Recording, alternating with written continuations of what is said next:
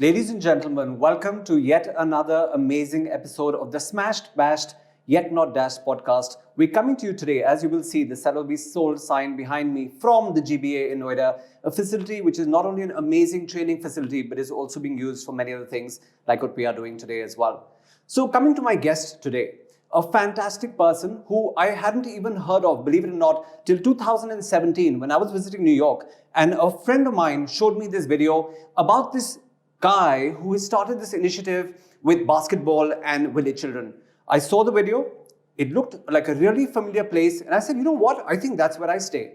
And then I looked up this person. And this person, ladies and gentlemen, is our guest for today, the amazing Pradyot Voleti. If you haven't already heard of him, you will hear about him today. A fantastic story, a fantastic person, a man on a mission, and someone that you're really going to listen to and want to watch as well. So with that said, let's go on and start today's podcast episode. Have you ever been knocked down and found it hard to get up? Have you ever been knocked down and bounced back to come back even stronger? Hi, I'm Gheja Village and you can call me GB. And welcome to the Smashed, Bashed, Yet Not Dashed podcast. A fortnightly podcast where I speak about persistence, perseverance, and overcoming the odds to come out ahead.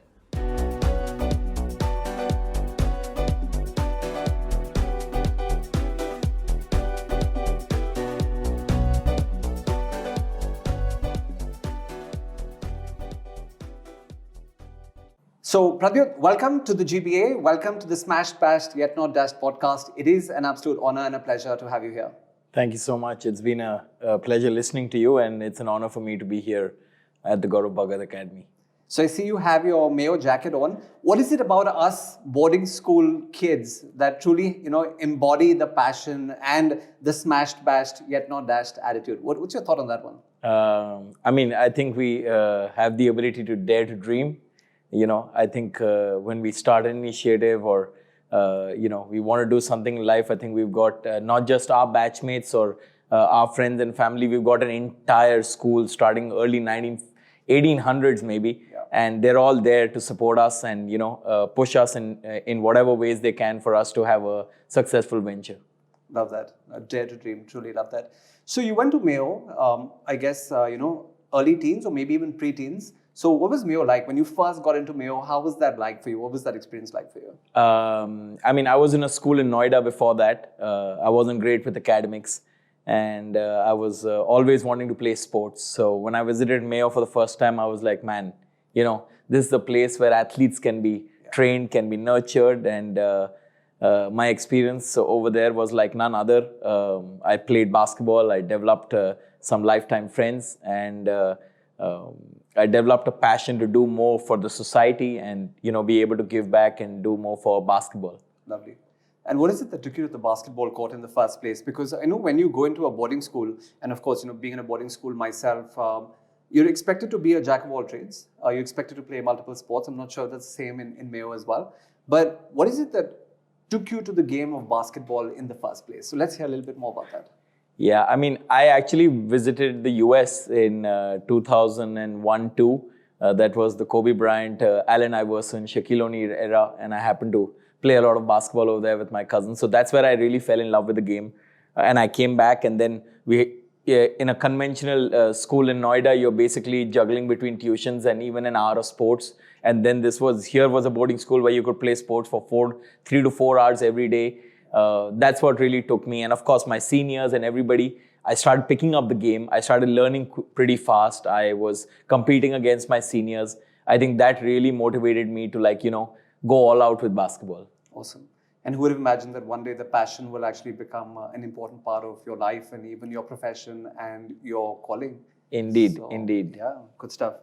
Now, post-school, right? You finished in Mayo, you're in Noida. I think you did Amity where you were actually doing a little bit of clinical psychology and stuff like that. You were supposed to head out to the US as well. And I think that kind of, fell through for you at that point in time.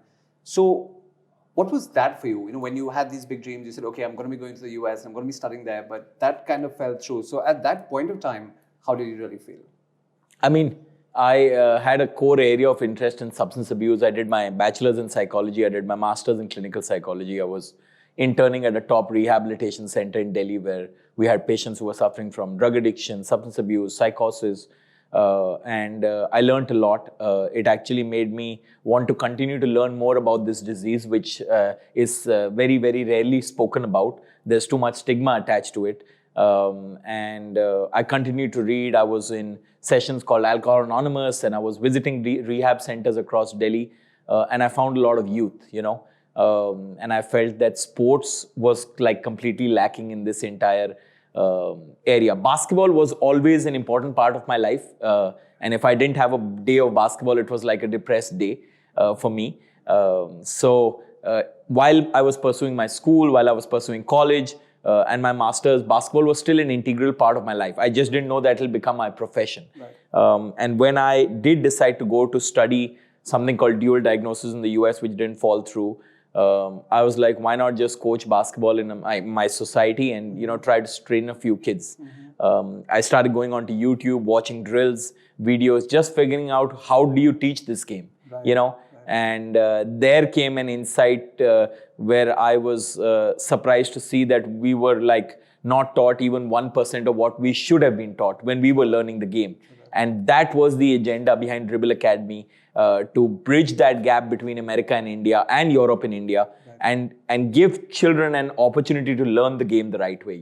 Whether success happens post that, how many players make it to the NBA or to professional leagues, that's secondary. But the priority is every kid should be able to go back after 5 years and say, I learned the game the right way. And that's the entire agenda behind Dribble Academy. And that entire venture of just working with these 20 kids in my society started growing. It was 50 kids, 100 kids, a couple of societies, and I felt I had a calling for it. Parents who saw me coaching, kids who were a part of my academy felt that, there was something different about the training.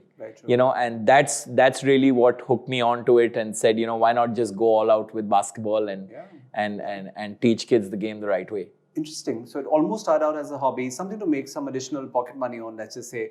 Because I know my son Nirvan, who's now 15, and he was probably one of those first few batches that came to you, and Ronaldo would keep talking about how there's this amazing coach and what's really happening. And then of course that's when I came back from the US, and I kind of put 2 and 2 together, and I'm like, oh my God, this is Pradyut, right? And of course we've been bumping into each other over the years as well. So let's just go back to a bit to the time when you were working with these kids, who were suffering from substance abuse, and the likes as well. That must have also pained you immensely. Because, coming from, a background where, of course, parents being, doctors, very successful ones at that, and also seeing, your life in performance sports and the likes, it must have been fairly painful for you as well, just to see what was really happening, to these people. While I was studying addiction and the people I was coming across, one of the major things which I saw was that people who are suffering from any kind of addiction, whether it's alcohol or substance abuse, had something missing in their life. And I felt like a recreational physical activity was something huge which was missing from their life. When I interacted with them and when I was involved with some kind of physical activity, I saw them really improve significantly. And scientific research has shown that any form of physical activity can reduce the chances of you leading towards depression or anxiety or any kind of disorders. So I felt that, why not take sports to more villages? Why not take basketball to more places and be able to engage more kids who are at risk? I won't say that they were using a substance, but I was very sure that they are prone to some form of use of substance. And my idea was, can we prevent that? Can we engage them at the right age in the right direction and give them a sport to love? And I think we'll be able to solve a big problem for the country. I love that. And, they always say this, that the 2 most important days in a human's life is, one is, of course, the day they were born, and second is, quoting from Simon Sinek, the day they find their why. And I think for you, there was a time when you were dropping your driver, I think you call him Pavan Bhaiya, you were dropping him back to Gheja after, his duty at ATS. And that's when your eureka moment happened, right? Where, okay, my passion for basketball, keeping kids away from, idle time where they can fall prey to, substance abuse, etc. And it all came together, and then there was probably a flashbulb moment where you said, okay, this is it. This is what I'm going to do. Talk us through, that time. Like, how was it really when, all of this came together and you said, okay, this is the village I'm going to pick up. these are the people I will empower, and this is how I'm going to do it. So let's talk a little bit about that. Yeah, I mean, my basketball career in terms of coaching actually started in the society I live in. And while my driver would often see me, train, he always asked, why not something for the village kids? Why not something over there? And till a few months, I kind of shunned that idea, saying, what do I do? How do I do this? Where do I get the funding? I have only so many hours in the evening. How will I work with them? And then came an insight when one of the days when I was dropping him back, I saw a bunch of kids on a 100-meter sprint, and that is the kind of speed I'd never seen with the other kids I was working with, And I was like, what if this kind of agility and quickness could be channelized? Of course, there were areas where I had seen addiction. Of course, there were people in the village who I knew were suffering from domestic violence or alcoholism. Ladies in our society who had husbands who were alcoholics. Yeah. And I was like, we need to change the example for their children, right? We need to have better role models for these kids rather than their fathers. And that's where the entire journey of Dribble Academy in Gheja Village began, where on a whims, we just started donating basketballs and got a few hoops collected. I didn't even know how to get a court made, but we found a school owner. And just friends and family donated me some money, and I started it on a half court, and I would go there at 7 p.m. in the evening, post making money in the societies and work with these kids for an hour.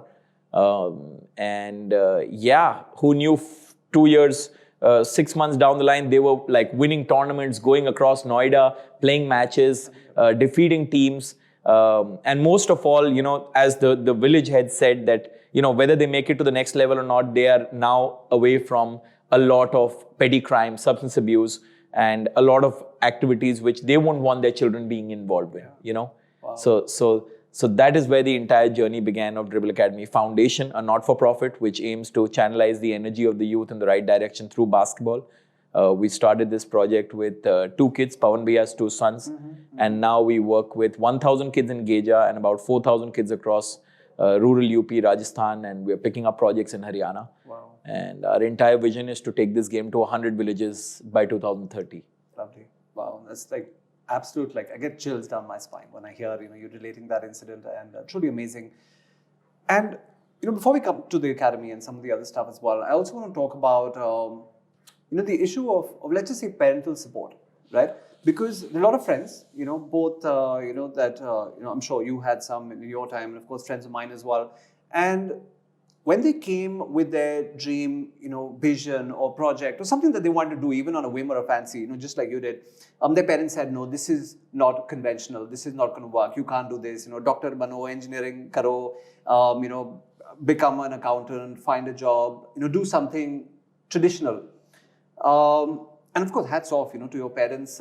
They actually said, okay, if this is what you want to do, go ahead and pursue it. So let's talk a little bit about that. How did your parents approach this? Because both very, very successful doctors based on Noida.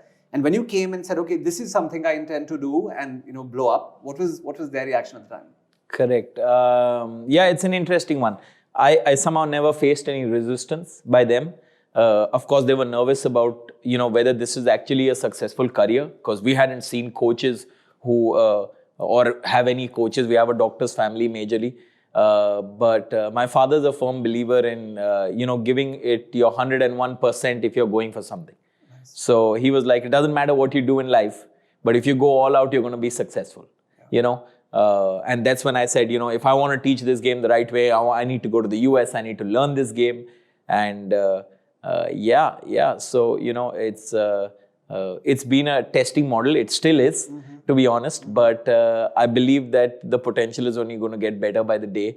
The entire sporting industry, the investment in sports in general, with a lot of parents now understanding the importance of their children being engaged in a sport, even recreationally, is only growing by the hour. And I see the sky as a ceiling for that. Agreed, completely.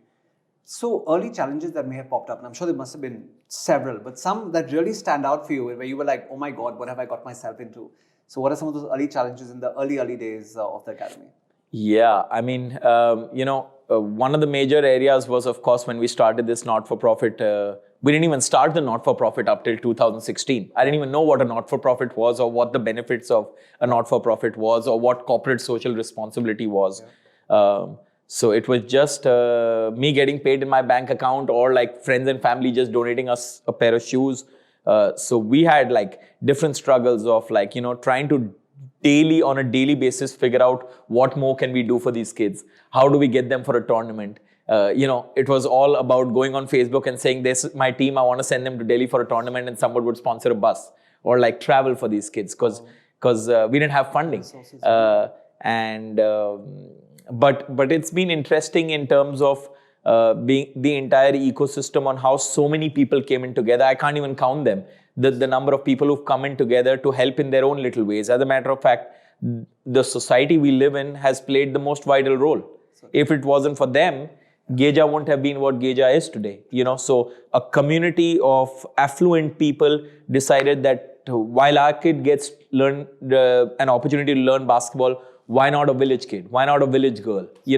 And then they were playing matches over here, and it was also a bridging of the gap, because sometimes now with gated communities and the entire ecosystem, you don't really come across a poor kid. Sometimes an affluent kid might not even come across the daily struggles of a poor kid. But now here we are 5 years down the line, where a kid calls me up and saying, I have a pair of shoes, I have a basketball, can I donate it? So we've made that entire community.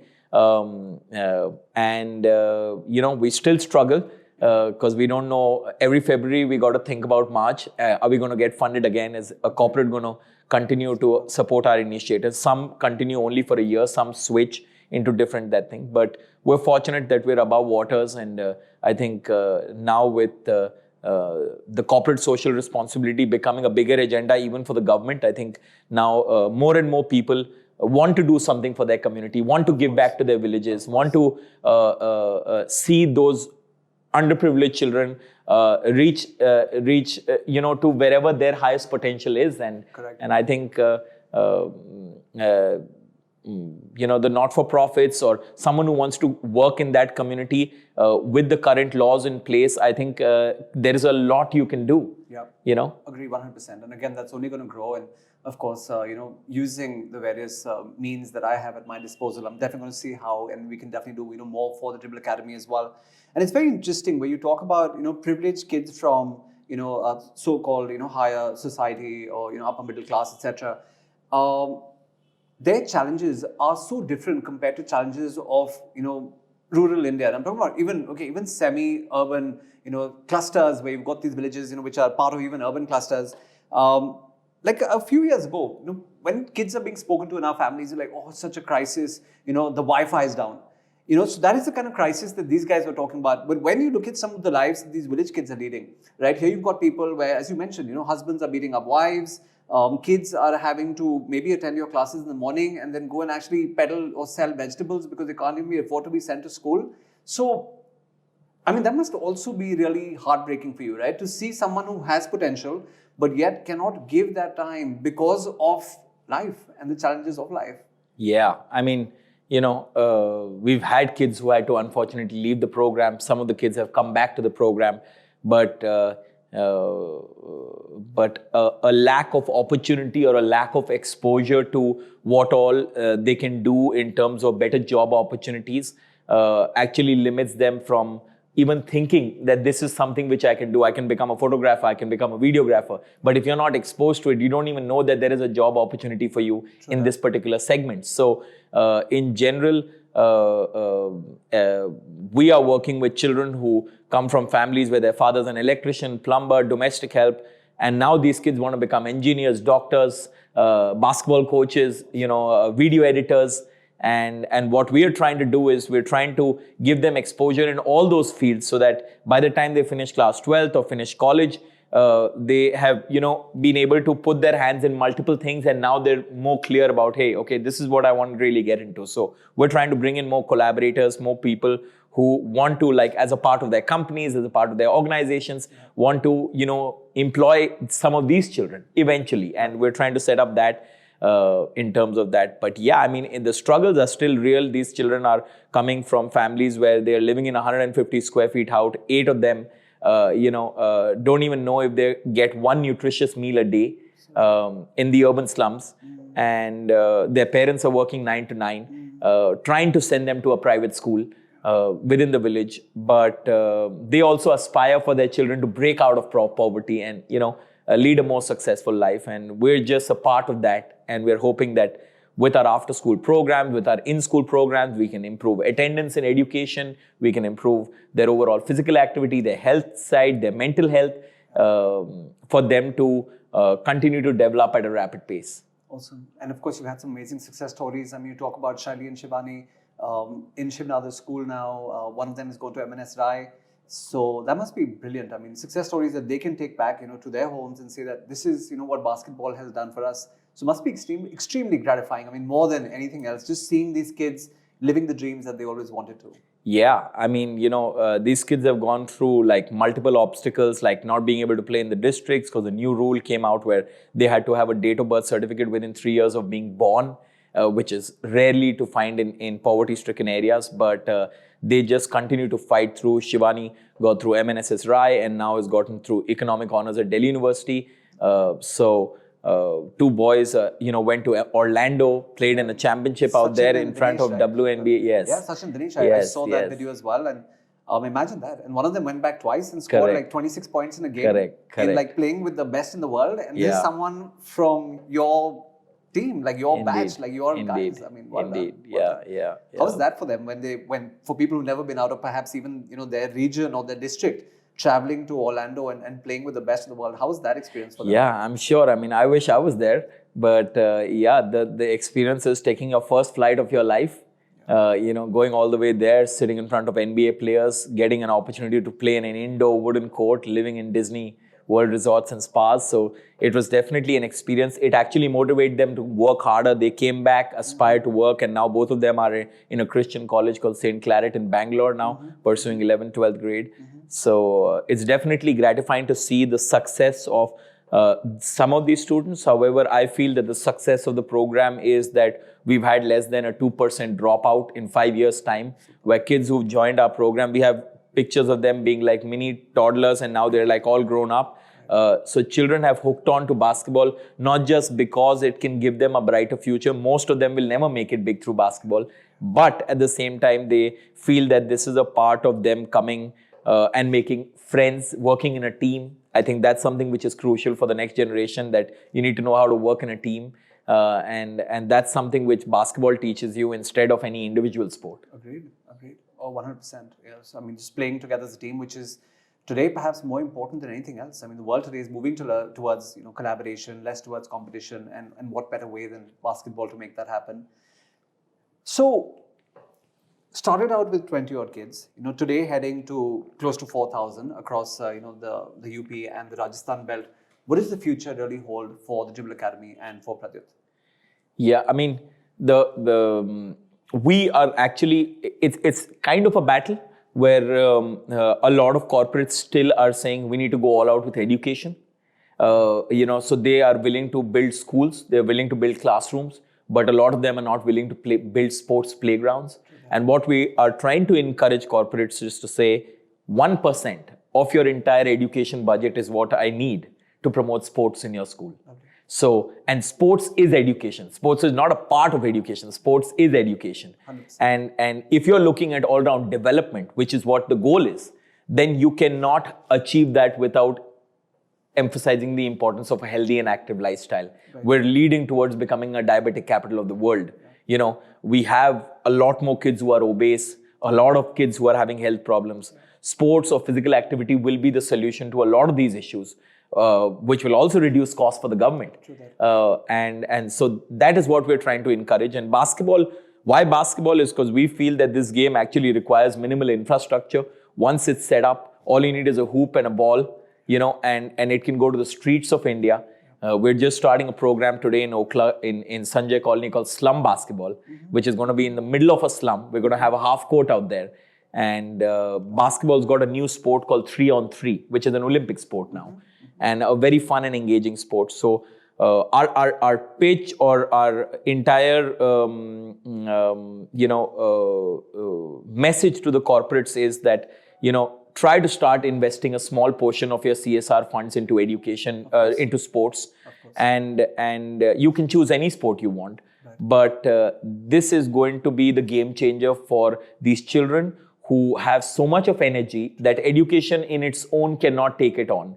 A 9-year-old kid is not going to be very interested in going to a computer class than he would be interested in going to a sports playground. Correct. So we need to understand what the population is. And currently there was a recent statistic which has shown that a large amount of our CSR fund is for above the age of 18 or 20, whereas our population below that is the mass population. So we need to channelize and see what is the next population, what is the next youth for the country, and try to see what are the 5 ways we can, try to solve problems like petty crime or health or substance abuse or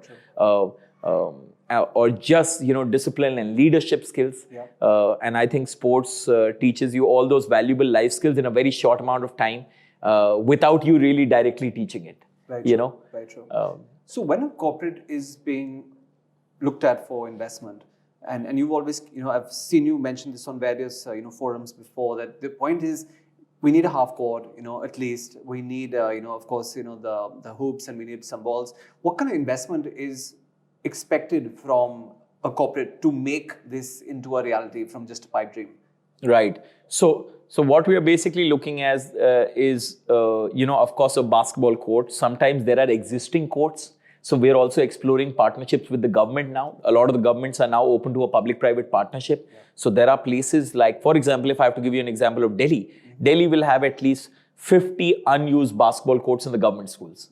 What they don't have is the funds to run that program, right? So if we can come together, we can use existing infrastructure. It's also saving the environment rather than making more and more infrastructure. Utilizing existing infrastructure is our initial goal. And the next stuff which we're looking for is, on an average, we're looking at about 5 lakhs a year. And we can work with about 300 kids in 5 lakhs, which takes care of the coach's salary, a basic admin, a program manager, just a little bit. Of course, if something has to be bigger than that in terms of social media or marketing or anything, of course, that goes a little higher. But on an average, what we're saying is, on an average, a kid in a society would get trained for 1,500 a month, right? And what we are saying is we can train a kid for 365 days for 3,000 rupees. Wow. So that is the kind of impact you can create, where all you need is about $50 a year, less than that rather, and we can help you take this game to more places. Lovely. Right. So, for listeners of this podcast, for watchers of this YouTube video, I just think that is such a small amount that we can just put aside, to contribute, towards a cause as noble as this one. Of course, this conversation is not over. We'll still keep this going. We just want to pause for just a second here and just think that could we not all, even forget the big CSR, budgets of the large corporates, which of course I know many of you corporates are here, and maybe you and I can have that conversation and, bring Pradyut into the picture and make that happen as well. My companies, of course, are very, very fortunate to work with some of the largest companies and names in the world. Many of you are, of course, listeners and watchers of this podcast and YouTube video. And I think we can help, divert some of those funds, towards this initiative. I mean, what better way, what better person? And I think let's really make that happen. I know in my own personal capacity, there's a few things I'd love to do for you is, one is, of course, from the knowledge side, if, based on all my experience in terms of entrepreneurship and everything else, if I can bring that even as a consulting mandate free of charge, to the academy and just be like a knowledge partner where, maybe sometimes I can come in and do certain work, with the kids. And of course, also be a part of some of your corporate pitches and presentations. I think that's something I'd love to do in my personal capacity. Indeed. From the GBA. Indeed. And of course, for CONSORTIUM, which is a gifting company, we'd love to, even sponsor things like we do a lot of sports bottles, we do a lot of kits, a lot of bags. So there's stuff we can do there. I mean, happy to do that. We do so much for, companies like, the Cokes of the world and the auto companies and the BMWs and everything else. So happy to, even, just arrange for a constant supply of high performance, bottles that, keep them hydrated and the water and beverages cool. So, I mean, in whatever little ways I can, and of course, happy to make a material contribution as well. Indeed. Because, yeah, I mean, truly a noble cause. And I love how you're also thinking out of the box. I mean, sometime back, you had involved Mrinalini, to also come in and teach some of these girls, how to just cook in a way that they also had some more skills, beyond what they were learning in school, beyond, what they were doing on the courts, even some more life skills. And I know the pandemic has probably played a bit of a dampener. So talk me through these pandemic times, because it's been disruptive for many people. So Correct. What really has happened in the last 2 years and how are we bouncing back from there? Right. So, I mean, the pandemic, we've been extremely fortunate. We had corporates who came on board right before the pandemic, one of them being HCL Foundation, and they have supported us throughout this entire time. We didn't have to withdraw salaries or reduce salaries for anybody. We didn't have to do anything. We actually moved online. We started doing data recharges for the kids. We started doing online basketball activities. We started calling American volunteers who were running a dribbling session all the way from San Francisco for the kids in India. And they were in their own houses. They were on their own local parks, just dribbling a ball on their own. So we've tried to move towards the tech space during this entire time. We're not anywhere close to where we want to be, especially with the kind of limitations these children have, where they don't even have an accessibility to a phone. 8 members in the family, 1 phone with a father and mother, can't be shared amongst 8. So it is definitely a task. But the pandemic has taught us a lot in terms of being able to, you never thought about it, right? Nobody ever thought that something like this could hit you. And that's what we are now working towards, is moving towards sustainability, moving towards finding ways to continue to grow, and expect something in later on in life, so that it's like an emergency clause. You have a contingency backup. We were fortunate that we had, I know not-for-profits who couldn't survive the pandemic, but our corporates like HCL Foundation had a vision of not stopping anything, continuing to impact the children. They were working with us and with everybody across the country. And we hope to, increase that partnership, take it to more villages, not just in Uttar Pradesh, but in multiple states across the country. Awesome. And I think that the 100 village goal might just be something which they'll be a huge part of. Right.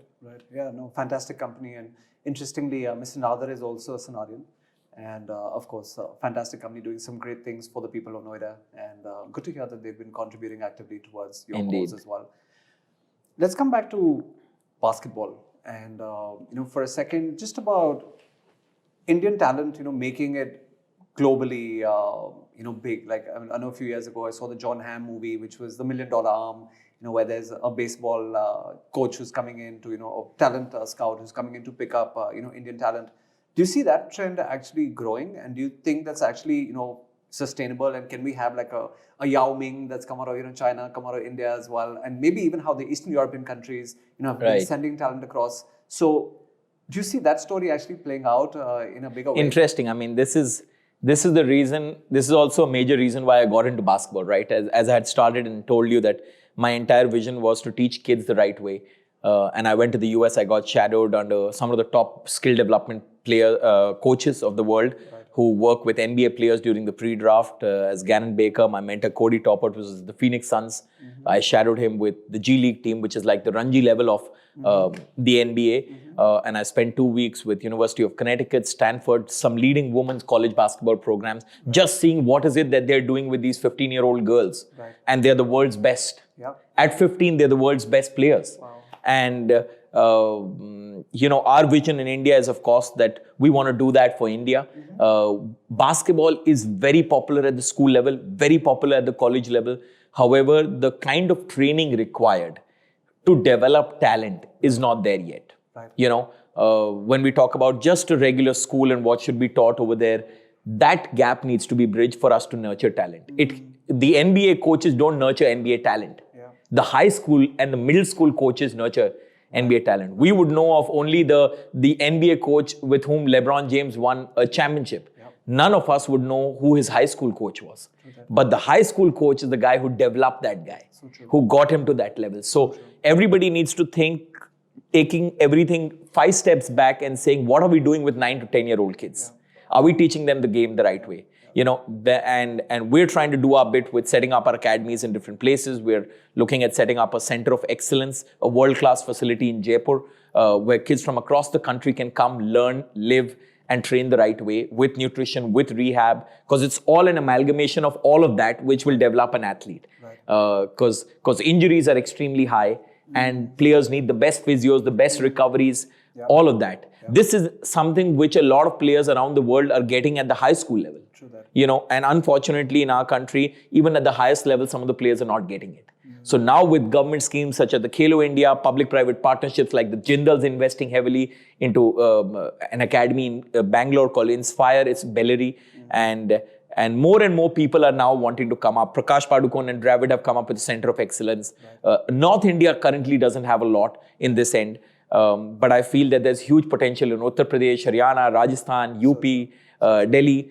And we feel that the right kind of training, the right kind of curriculum, we are trying to bridge that gap where we're also trying to help schools have better evaluation systems for their coaches. You know, a lot of times you have a director of sports trying to evaluate a basketball program. Unfortunately, the director of sports does not know enough about multiple sports. That person is also majorly majored into one sport. So now there are schools like we have collaborations in Noida where a school is saying, we need you only for basketball. We're bringing someone else for football.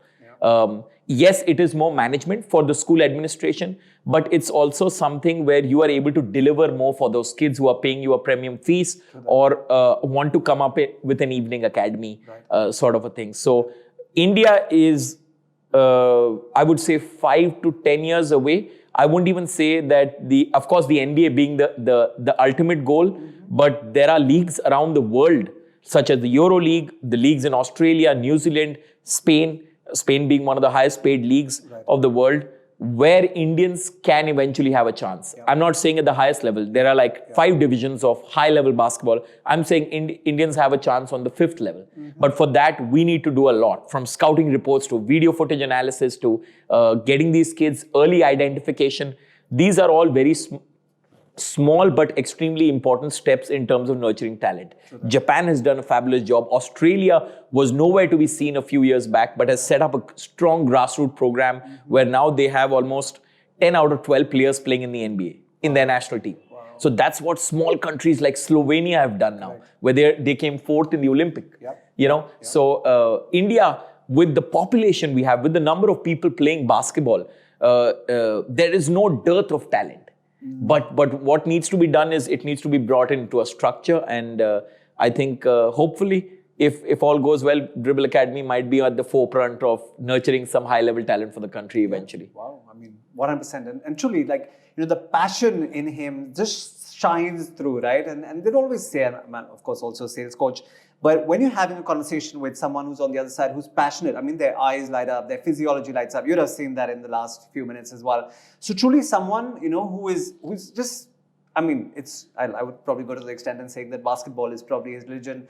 You know, do you also see yourself doing like a Pulela Gopichand, like what he did for badminton? Do you see yourself doing that for basketball? I mean, exactly what we want to do. And I was going to come to a little more on the business side and in this entire thing of, you know, the corporate funding and stuff where I definitely, that is one of the persons I, you know, want to definitely do it. I definitely want to have an impact on a larger number of kids, not just 10 high level talent, but there's only so much you can do in so much time. But if we can set up a system where we impact 1 million kids as well as nurture talent, and have an entire pyramid system where we have centers of development, centers of excellence with grassroots academies through our not-for-profit.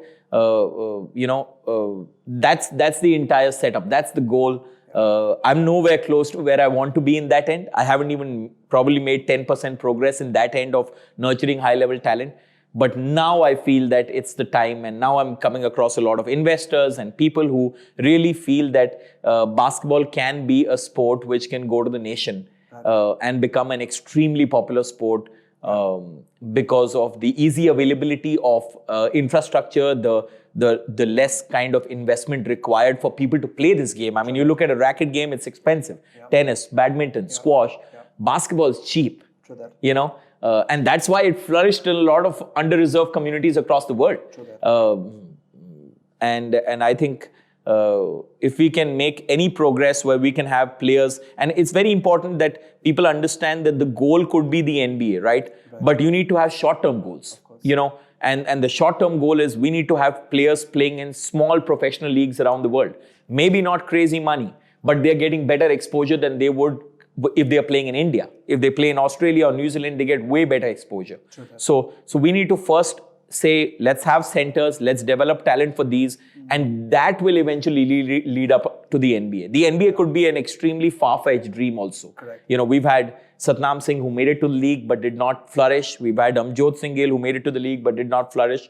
So what I feel is that maybe we need to be putting, and even the NBA needs to put them into slightly less competitive leagues earlier, give them a lot of exposure there, give them a lot of playing time, and then eventually the NBA can be the eventual goal for them. Yeah, no, completely agree. And I think all it's going to take is just a few good success stories. And I think once those come in and they're amplified, and today, of course, it's all about forums like the podcasts, YouTube, social media, etc.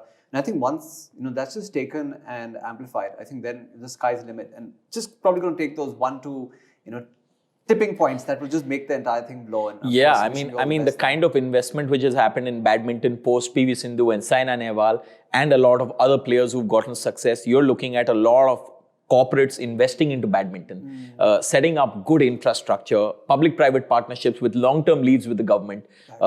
So badminton has boomed now where people are finding it difficult to even find an empty court. That's the kind of that thing. And people, the best part about that sport definitely is that you could start at the age of 7, you could play it up to 55, which might not be the case in a lot of sports.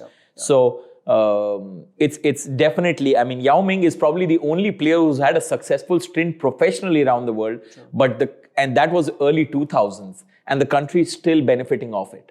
So we definitely need to move towards that. I'm hoping now with Neeraj Chopra and the javelin, I think now more and more people will start aspiring towards that medal. And I feel that the government as well as the corporates need to have a more focused approach to promote the game at the grassroots, which will automatically start nurturing talent at the higher level. Agreed. No, couldn't agree more on that one for sure. And like I said, I'll also have a conversation with some friends, and people that we've been associated with for many years. And let's just amplify this, because truly it's about omnipresence. It's about just being, visual everywhere. It's just being on all forums. It's just about, amplifying what's really happening, just keeping that spotlight on yourself. And that's important. And we'll sit down and work on some stuff over there as well. Do you at some point see perhaps like a Dangal type movie being made where you're the protagonist and you've got, a couple of these kids, who've taken, to play the journey? I'm not saying now, maybe like in a few years from now. Do you see something like that actually playing out? Right. I'm hoping now. There's a film on a guy who has founded a football in the slums called Slum Soccer. And Amitabh Bachchan has just come out with a film last week called Jhund. So, there are people who are pitching on Netflix and OTT platforms for a story on Dribble Academy to some of the biggest stars in Bollywood. So we're hoping. We definitely want to nurture far more talent for them to make a film. We don't think we're there yet, but it's definitely a journey which also must be captured, and the entire vision behind what we want to do, which can then amplify. And, we have 100 villages goal. We have 100 hoops goal for this year, where we plan to set up 100 hoops in 100 different villages, just a hoop. And we're going to show you what impact that hoop brings. Lovely. So we've already set up 5 hoops, and I'm hoping that it can amplify also, because it's not a lot of investment, but there's a lot of return. Because we started one with a parking lot right next to ATS, and we just put it up on a tree, and now 200 kids play out there every day. 200 village kids play every day. So it definitely sends a strong message that some form of availability of infrastructure can also just the infrastructure part could also solve a lot of problems for the urban slums and villages. And then can be the training part of it, which can come secondary. But if there are corporates who are saying, let's just first solve the problem of infrastructure, we would love to be, associated with them and help them amplify that effort for them. 100 hoops, what's that going to cost, like per hoop, for someone to invest if they're looking to become a sponsor? So it's about 30K a hoop, right? So we're looking at about 30 lakhs for 100 hoops. And we're also wanting more and more people to just give up one hoop. If 100 people can give one hoop each, we're solving a big problem. And the slums where there is very less space, this game can actually be something which can, the 3-on-3 Olympic format might actually be a game which requires some of the least amount of space to play an Olympic sport. Correct. Of course, there could be table tennis, but then you need an indoor space, you need rackets, you need balls. Over here, you need a ball and a hoop and just some concrete space. So we're hoping, we have a professional league, by the way, happening in Chandigarh right now called 3BL. And it's a professional league where players are going to get paid to play in that league. We have foreign players playing, the federations associated with them. So I think now the game's only going to grow from here. And we just want to be a part of promoting the game in communities where people would not have even thought that a game like this would be possible. So true. So, ladies and gentlemen, like I said, let's make that happen. Pradyut, tell me, how can people contribute? Where can they find you? Where can they reach you? Of course, I will put links to the Dribble Academy and various other forums where you can be found. I'll put that on the links, on the YouTube video that we post, and also on our social media as well. But where can people reach out to you, and what is the best way for them to get in touch with you to make these charitable donations? Right. So we have a website called dribbleacademyfoundation.org. They can contact us over there. They can drop in a message. We have our entire details out there in terms of donations. If any corporate would like to get in touch with me, I'm available on dribbleacademy@gmail.com. And I'm available on Instagram. If there are kids who are listening to your podcast, young college kids who want to be associated with, I would call it a sports revolution, we would be happy to have you guys on board. We want to make this a team effort. I want more and more people to be involved with this entire initiative for us to be able to amplify what we want to do. And I think a lot of people need to hear this story, need to know that this is also possible, that this is also something they can do for their own community if they ever want to do something. Maybe even for their birthday, sacrifice a party and maybe spend that money donating to a community. I think that's also a growing trend where a lot of kids and their families want to give out a small portion of their birthday funds towards a cause.